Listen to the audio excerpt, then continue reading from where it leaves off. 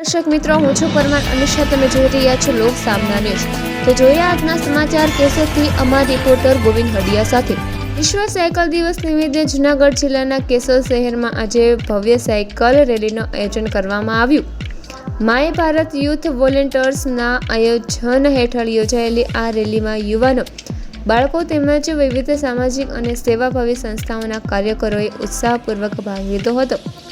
વાઘેશ્વરી માતાજી મંદિરથી શરૂ થયેલી આ રેલી શહેરના વિવિધ વિસ્તારોમાંથી પસાર થઈ હતી।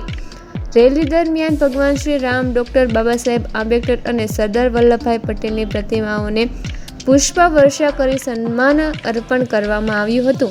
સાયકલના ઉપયોગથી સ્વાસ્થ્ય જાળવવા, પ્રદૂષણ ઘટાડવા અને પર્યાવરણ સંરક્ષણનો સંદેશ આપતી આ રેલીનું સમાપન નીલકંઠ મહાદેવ મંદિર ખાતે કરવામાં આવ્યું હતું। આયોજકોના જણાવ્યા અનુસાર યુવા પેઢીમાં સાયકલ પ્રત્યેનો રસ વધે અને સ્વસ્થ જીવનશૈલી અપનાવવા માટે આવા કાર્યક્રમો ખૂબ જ જરૂરી છે। મોટી સંખ્યામાં નાગરિકોએ ભાગ લઈ विश्व साइकिल दिवसની ઉજવણીને સફળ બનાવી હતી। सभी को नमस्कार।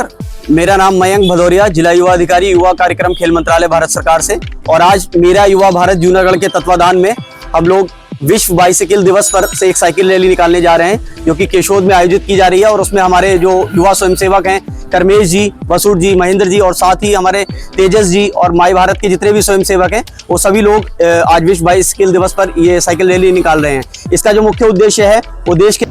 तो फरी મળીશું એક નવા સમાચાર સાથે। ત્યાં સુધી જોતા રહો લોક સામના ન્યૂઝ।